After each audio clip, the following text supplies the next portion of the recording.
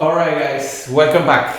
Actually, let me introduce a little bit of our new YouTube channel from Marble Today. We are 25 years experience shop dedicated to the production of different sorts of material, let's say granite, marble, quartz, or in this case like porcelain slab, as you can see on my back in this beautiful bathroom that we did for one of our customers. Hopefully this journey will be fun for you guys and we can actually enjoy it together. So we're gonna go through a bunch of different processes, in this case with these porcelain slabs by Cosentino. As you can see, they're already made as a book match effect.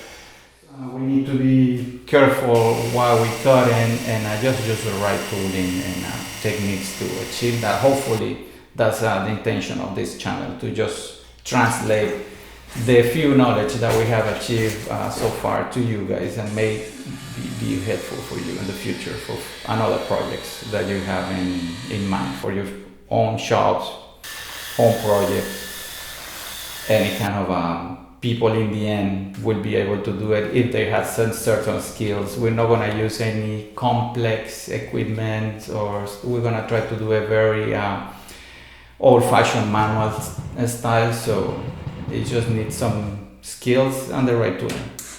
In this case, as you can see on the floor, we cut a full-size slab in a very nice saw that we have on the shop. But we did it manually, so you will see it in the tips and videos that we're gonna be showing to you.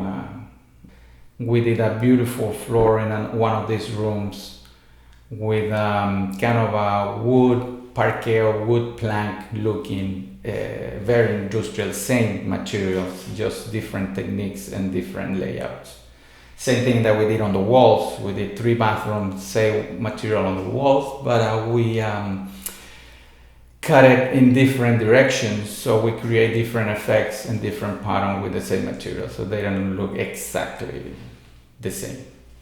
Now we're gonna start talking about how we did the install, how we decided to do the seams on the floor that actually not exactly book match, but they have a similarity or similar coloration in one end or the other one, so we just play with the flow match in this case instead of a book match.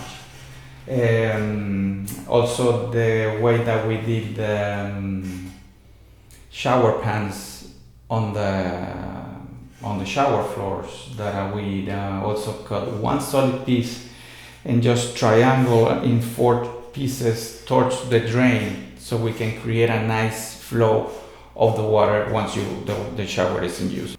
We're gonna go through all those details with you through the process, and let's go from there.